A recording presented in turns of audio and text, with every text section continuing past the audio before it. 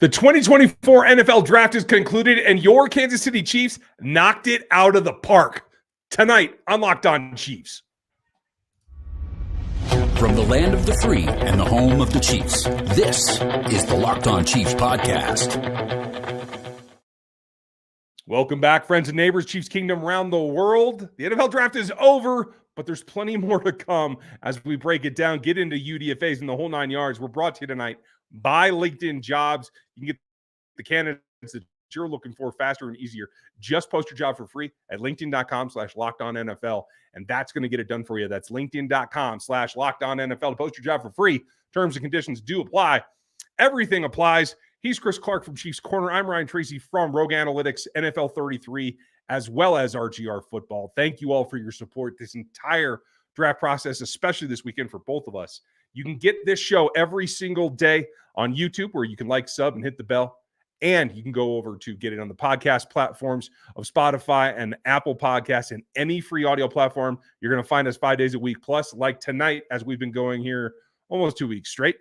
And if you just need that little bit much more, you can go to 816-357-8781 and get on our insider text line. A lot to cover here as day 3 has come to a conclusion of the 2024 NFL Draft. We're going to talk UDFAs coming up here later in the third segment. A lot of value still out there. I'm going to run down my board of who's left on it. Then value is the name of this game, and they got a ton of it on day 3.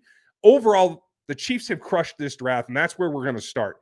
I know we were ecstatic about getting a scary, scary prospect with pick 1, but they've done a good job all the way through the ranks. Biggest takeaway for me is this is a complete draft, and one that they actually made the selections and addressed the issues that we've been talking about all offseason. Yeah, and this is I still can't believe, and this is after day 3, I still can't believe the Bills traded with the Chiefs. That's still the most shocking thing to me in this draft. But you look at what they did. I mean, they didn't make any trades after day 2. They didn't take a guy in the third round because they traded away 95 to get back into what was 133, or they have 131 already. I can't remember which one it was, but they got back a 4th round pick. And you look at what they did in the 4th round, and this is exactly what you need to do to build a team. You go and you get guys that are going to fit your needs. They definitely did that in the first day. I think that they did that really in day 3 is what on day 2 and on day 3. You look at the safety, that might be maybe a little bit of a luxury pick to an extent, but the tight end is definitely something that they've needed for a while. And no, he's not Travis Kelce. No one is, but he is going to help give you something that Travis Kelce brings to this offense. And he's also going to bring a guy that can block as well, which I think Andy Reid will enjoy. I agree. I mean, they addressed the top 2 needs off the bat in very well executed plan of getting Xavier Worthy coming back with Sua Monteia to make sure that you have some talent coming into the tackle position. Doesn't necessarily preclude a Donovan Smith signing. I'm just saying he's still out there, but it does give you an inkling that it's not a necessity. It's now a luxury. And I do think that it is still a possibility. Then they come back, and today they get a lot of things accomplished. It is Jared Wiley, TCU. It's Jaden Hicks, Washington State, who was a 2nd round pick on my board that they got in the 4th. They come back with Hunter Norzad, who I had a little bit lower in the 6th, but they got him in the 5th. Perfectly fine. Kamal Hayden comes in from Tennessee.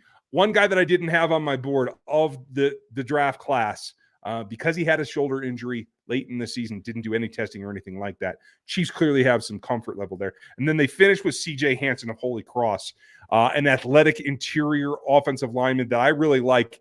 And if you get a chance to go back and watch the combine, watch his agility drills, the specific positional drills in particular. I think you're going to come away happy there. And for me, that just says they accomplished it all. There's nothing unturned right here that they had to have, in my opinion. Do you agree with that? Yeah, I think that they got everything that they really need to get done. I mean, you could argue that, maybe they should have looked at a running back. They probably maybe should have looked at another wide receiver. I mean, there's different arguments you can make for different positions on this roster. It would be great to have players at that position. Defensive tackle is definitely one of them that we talked about. But you go back and you watch what happened in the draft. I watched all the picks, 257 of them. defensive tackles went early. There was, I mean, if you wanted a defensive tackle, you were going to have to take one early. And once Kansas City traded up to go get Worthy, they didn't really have a chance to go get a defensive tackle because they were gone basically by, I would say around pick 100. So maybe they could have gotten one with 95. I'm still happier having Worthy on this team and getting Wiley and getting Hicks than I would have been getting a defensive tackle that wasn't named, maybe a guy like Tavondre Sweat, who I thought went way earlier than he should have. Yeah, I agree. I had dropped him all the way down into day 3, and I thought that was going to be an option there. I know Charles Omenihu and Chris Jones are probably a little sad because they seem very excited about the prospect. Yep. By the way, I didn't get to touch on this yesterday, but got a kick out of Kingsley Suamataia and his relaying of the story of when he met Chris Jones, the Bear. I think Chris Jones Sack Nation might have a new nickname. That was fantastic. Oh, that was fantastic. Yeah, you really need to go watch his interview. His talk with Chris Jones. And I think Chris Jones calling him thinking he's 26 and the guy's 21. He looks a lot older than he is. In the explosion, I mean, you go watch, there's video of him jumping out of a pool, which that's pretty impressive for a guy his size. Yeah, you are not kidding. And obviously we talked about the lineage there. We'll break everybody down coming in the next week or two, so don't worry about that. But I do just want to say, in a year where you lost Willie Gay, a juice guy, an energy giver, I feel like Kingsley is the same level of guy that's going to bring that to the locker room, whether he's starting or not. And I feel like that adds to the momentum of the offense. Well, it's kind of funny because you're talking about an offensive tackle being that guy. And he's also a dancer. He likes, that's going to be fun to watch. I mean, that draft pick, I think, is going to be a lot of fun to watch over the next couple of seasons to see how he develops.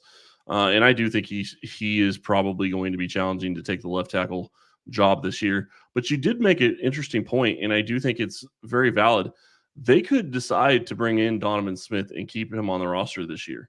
Because to me, you're in a situation where if you don't fully trust Morris and you think that the technique of Suamataia is something that needs a year's worth of work, Kansas City has the cap space this year to do something like that. And that kind of move would make sense. But it is basically telling everybody that you're not going to have a young guy starting this year, and the young guys are going to be the backups. So it is what it is at that point. Technique is something that they're going to have to work on with Suamataia, and that's something that we knew when they drafted him. Yeah, absolutely. Now, it's one thing to get your stars. You got to get value everywhere you go. They did a good job of that, and we're going to dig into it. Coming up next here on the Locked On Podcast Network. When you're hiring for your small business, you want to find qualified professionals that are right for the role. That's why you have to check out LinkedIn Jobs. LinkedIn Jobs has the tools to help you find the right professionals for your team faster and for free. LinkedIn isn't just a job board. LinkedIn helps you hire professionals you can't find anywhere else, even those who aren't actively looking for a new job but might be open to the perfect role. In a given month, over 70% of LinkedIn users don't visit other leading job sites. So if you're not looking on LinkedIn, you're looking in the wrong place. On LinkedIn, 86% of small businesses get a qualified candidate within 24 hours. Hire professionals like a professional on LinkedIn. LinkedIn knows that small businesses are wearing so many hats and might not have the time or resources to hire. LinkedIn is constantly finding ways to make the process easier. They even just launched a feature that helps you write job descriptions, making the process even easier and quicker. 2.5 million small businesses use LinkedIn for hiring. Post your job for free at LinkedIn.com/LockedOnNFL. That's LinkedIn.com/LockedOnNFL to post your job for free. Terms and conditions apply. This episode of your favorite Locked On podcast is brought to you by the best meal kit service in the game, Home Chef. No more having to answer the dreaded question, what are we going to do for dinner tonight? Thanks to Home Chef and their chef-designed recipes that are delivered directly to my door, all pre-packaged, pre-portioned. They even peel the garlic cloves for you. And each recipe, one of my favorites, Black and Mahi, comes with a full page of easy-to-read instructions that include customization options and pictures to guide you along the way through the step-by-step process so you don't have to ask, is that what Charles card looks like. I cannot recommend Home Chef enough, especially right now, because for a limited time, Home Chef is giving Locked On listeners 18 free meals, free dessert for life, and of course, free shipping on your first box if you head to homechef.com/lockedon today. That's homechef.com/lockedon for 18 free meals and free dessert for life. Yes, you heard that right. Homechef.com/lockedon. Must be an active subscriber to receive free dessert. Now, just because the draft is over doesn't mean we don't have information for you 24/7 over on the Locked On Sports Today feed. Go check that one out. I think you guys are going to dig it. We need to get into value.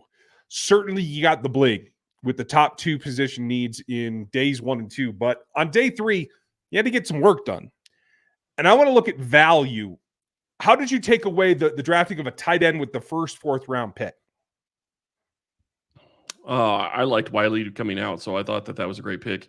You go back and you look at consensus boards, he was valued at least 30 picks higher, if not even more than that. So to me, that was a great pick, and it gives them another guy that is similar to Travis Kelce in his size, similar in speed, and he's also a guy that was a former tight end, or sorry, former quarterback. I apologize. That is going to come into this offense, and he's going to have a chance to learn from Travis Kelce. I like that pick. I do think there is value there. The value on that one, again, doesn't necessarily touch the value that they got on the safety 2 picks later. He is definitely still a tight end. And as we mentioned, on my board, I had Wiley exactly where they took him, right in the middle, just slightly below in the 4th round. What they did with the safety pick in Jaden Hicks was take a guy that is nearly, in my opinion, a clone of Brian Cook. Wasn't a free safety, didn't play a high very often in college, but he's a guy that, man, the middle down into the box comes and brings the hits. A sure tackler, a guy that is physical from the safety spot, and I think can learn, much as Cook has, to play the deep halves and get to that point. I had him as a 2nd round pick. Dane Brugler had him as his top safety prospect in this draft, and the Chiefs got him in round 4. That is value if I've ever defined it before.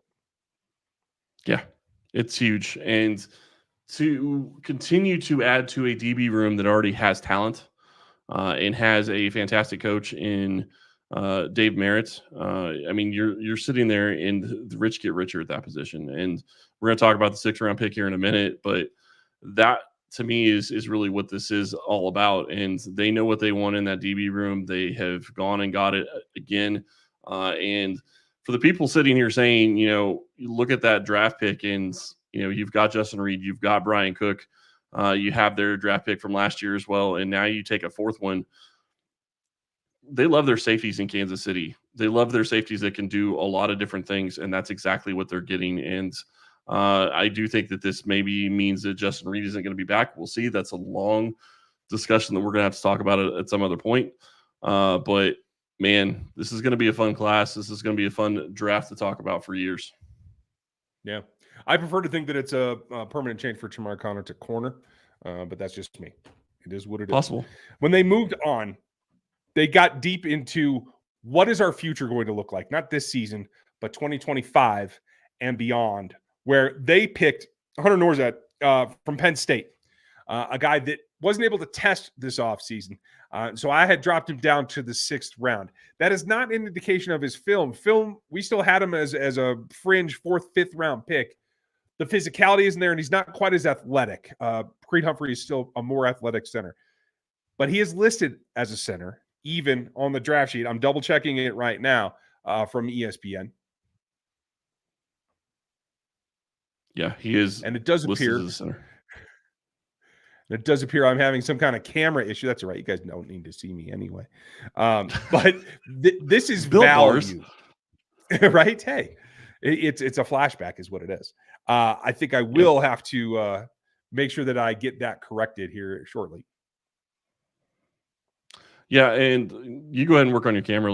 I'll talk about the pick at 159. This is a guy that I do think is potentially going to come in, and I don't think that he is their future at center, but it is something that they absolutely need to get in this draft. We talked about interior offensive line multiple times in the months leading up to this draft, trying to figure out who was going to replace Nick Allegretti. They didn't really have a guy on the roster that could do it. You had Mike Caliendo, who I don't think is going to be on the roster after this, after you get through training camp and the preseason, just based on what the Chiefs did in the draft.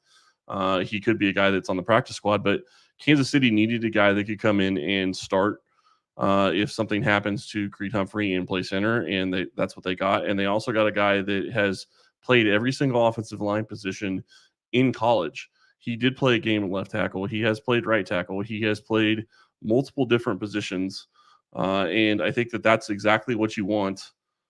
So I do like this pick. Then you move on to the 6th round, and this is exactly where I think Kansas City is starting to get even better. They go and get a DB in Haddon from Tennessee. And this is a pick where if you go look at his measurables, I'm not talking about his speed, but if you go look at his measurables, he is measuring just almost identical to what L'Jarius Sneed measured when he came out. Same, almost the exact same height, same weight. His 10-second split is the exact same. This is a guy that I think is going to step in and give the Chiefs somebody that can actually potentially, I think maybe Ryan may be back. Oh, look at that. I'm talking about Haddon. I do think that this is a guy that gives them depth at the CB position. Not the same speed as L'Jarius, not the same game as L'Jarius, but his measurables are very similar. And I think that this shows the type that they have, the type that they like to go after, and they believe they can coach him up. His body type is very, very similar. Same measurements, height, weight, arm length, literally identical to L'Jarius Sneed. He feels a little bit more compact to me. He feels a little bit more muscular. So L'Jarius was a little more dense, to tell you the truth, just like bone structure, that kind of thing. So the question becomes, he has had a shoulder issue. That's why he was off my board to begin with. Did get a pro day test in, something that I had not gotten official results on, so I didn't even include it in the matrix. I will work him up this week. But ran a 1.5, 110. That is similar in what L'Jarius ran. Just doesn't have the deep speed. So in terms of a guy that can be physical, that can keep it in front of you, and can play the first 10 yards pretty well, I feel like it's a good comparison. I think he jumps into the mix and can compete right away.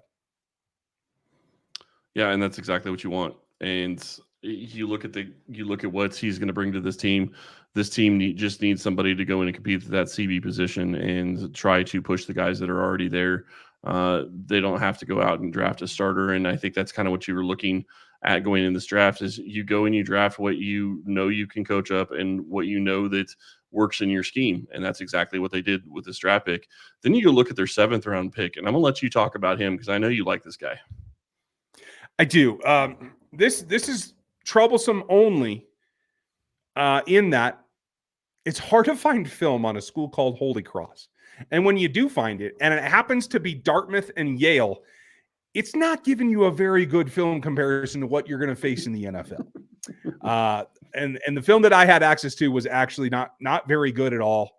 It was difficult to see some portions of the game.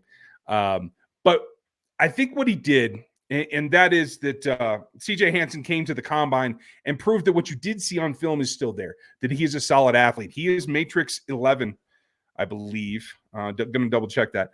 Either 11 or 13 at the line position.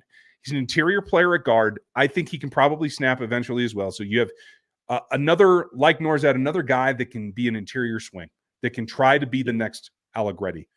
He's great laterally. And what I really took away is his agility drills weren't that outstanding. I mean, they were good, on par with being like the 11th or 13th prospect at the position group. But when he was in on-field position drills, I felt he moved very well. He blocked very well. His lateral agility was better in a game type situation than it is running a 5-10-5. So I really liked him. He was he might be, my board might be the only board he was on in media. So I'm ecstatic that they went and got a guy that I think fits their mold and allows them to future-proof a little bit. The sad part is it also confirmed to me between these two picks that they're expecting to lose at least one interior player next year. Well, and I mean, you could make an argument that maybe they lose too. And I'm not talking Creed Humphrey. I'm talking Joe Tooney. We don't know what Tooney's plans are for the future. I mean, he's under contract, I believe, another 2 years, but he is getting up there in age, so that's something to watch as well. Kansas City is banking on the fact that they've got guys that can step in and play. Their center, I think, the center that they just drafted this year, they can step in and play as an interior guy this year if he is absolutely needed. It's something that you had to go get, because that's the other side of this with Tooney, is you don't want to push him to get back quickly and have him re-injure it and be basically done for the season. So at this point, now you give yourself the ability to say, okay, take your time getting back. We're going to practice with this guy. We're going to get him all these snaps. We're going to get him all this experience, because Tooney can just step in and play. Now, it's not going to be great, because you would love to have Tooney be there for the chemistry of the new left tackle, which I think is still probably something that could happen.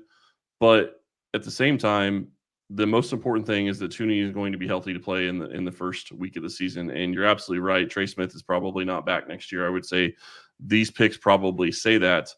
But you give yourself two interior guys that I think can challenge. And the bigger question when it comes to the guy in Holy Cross is, and this kind of goes back to what I said about Suamataia as well, is if technique is an issue and level of competition is an issue, which it's not really about BYU, but it will be with the guy from Holy Cross, giving him that extra year, giving him 2024 to basically redshirt, even if he's on the roster and not playing, he's still going to get – there's going to be a ton of value there in the build of his body and the technique that he's going to be learning. So I do think there's extreme value there, especially for somebody that you're getting as late in the 7th round. Yeah, I completely agree. And it allows you to not have to go searching in UDFA land.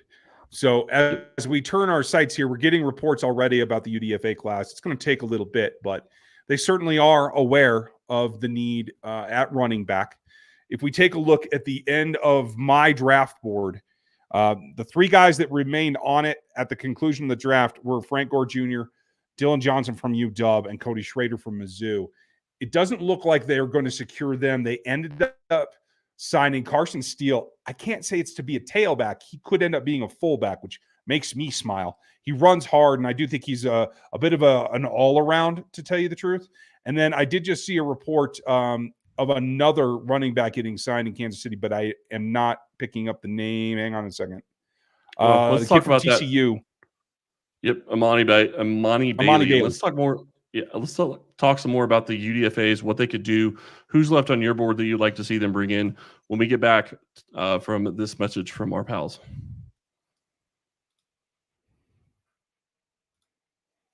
Listen, if this weekend didn't prove that I'm a bit competitive, I don't know what else to show you or tell you. If you want to compete and you want to get after it, there's a great way to do it, and it's called Monopoly Go. If you want to be a big fan and you want to take it to the future, Monopoly Go's there. It's been downloaded 150 million times, and it's a great twist on the old Monopoly game that you grew up with. You can play not just on one single board, but on hundreds of them around the world in crazy locations, building amazing cities and bringing you the cash that you're looking for. You can play against your pals, which I think is great, and overcharge them for iconic properties, just like in the classic game. You can go heist their riches and take it for yourself. You can get on the leaderboards and become a tycoon yourself. And that's not it. You don't have to compete. You can actually work together. You can get on with your friends and the people all around the world and play in time tournaments, and you earn huge rewards.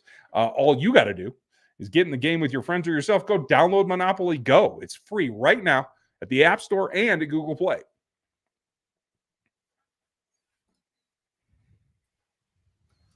Now, check out Locked On Sports Today feed. It's 24/7. It'll give you what you're looking for, except for maybe the UDFA reports. And outside of the running backs, I think that this is important. I jumped the gun a little bit there on that UDFA, but we talked about the running backs, which I do think that they're going to have to continue. I won't say 2 is going to be the limit. They could do more. But Marcus Rosemy-Jacksaint from UGA is still on my board as a draftable product at the wide receiver position, as in CJ Hansen's teammate, Jalen Coker. Speed guy. I think he's got some return ability as a backup as well. I would like to see either of them. And then the 2 tight ends that remain on my board. Dallin Holker is technically a tight end, but he's more of the Travis type in that he runs his routes split out most of the time. Certainly standing, not an inline Y type guy, although he is pretty thick. And then the other is a Noah Gray replacement or same type in Jack Westover from UW. And I do like both of them. There's some tackle prospects, although I'm not sure that we need to go there, but Theo Benedict from University of British Columbia, Garrett Greenfield from SDSU, and Frank Crum, the WYO prospect. I think those guys are all viable as well. And then you get into the defensive tackles. And this is where I want to focus. Or do you want to talk about any of the prospects beforehand on the offensive side? No, I'm good with that. The only other one that I've seen that's been reported that is signing is actually another one just hit. Old Dominion defensive end Jalen White McLean is signing with the Chiefs. And then they also signed Christian Roland Wallace from USC. He's a DB. So, okay. I did not watch Roland Wallace as of right now. The Old Dominican, and I did not have a draftable grade on him. He's a dev project as far as I'm concerned. That's fine. The thing that I thought they might address that they did not is long, strong defensive tackles, knowing that they're going to have to bring some guys in. There's two guys in particular that stand out, Gabe Hall from Baylor and Fabian Lovett from FSU. Derek Notty's old school. I do believe both of them should be viable candidates to join the practice squad. I'd like to see one or both of them come into Kansas City. And it looks like they've also added Penn State linebacker Curtis Jacobs, Marshall O lineman Ethan Driscoll as well. So still working through UDFAs. We're going to have an entire show talking about the entire draft class and UDFAs coming up for Monday's show, but trying to get you as much up-to-date information as we can possibly get you right now. And I'll give you one last name before we call it a weekend. The number one guy on the defensive side that I'd like to see come into Kansas City is an oversight of some kind. I'm not sure why. His name's Gabriel Murphy, the edge from UCLA that played opposite Leatu Latu, who I think needs some development there, but has a lot to offer. I think if he walked in today as a UDFA, he might even unseat BJ Thompson because he's got enough prowess there. Looks like you went to the Vikings. Well, there went my plan. So with that, folks, we're going to call that an NFL draft. And thank you for liking, subbing, and hitting the bell. All of you new folks on the Insider text line at 816-357-8781, welcome. And I'm hoping that you're enjoying the content. We are going to keep it rolling. We will have content for you all week long as we normally do. And we'll get into this UDFA class. We'll start talking about reaction to what we glean from pressers, et cetera, and how this team's going to start to come together because there's OTA functions coming very shortly. Be prepared. And I hope that you enjoyed your draft weekend, Chris. Thanks for hanging out, doing the shorts and getting it all done. Folks, enjoy your Monday, and we will talk to you then.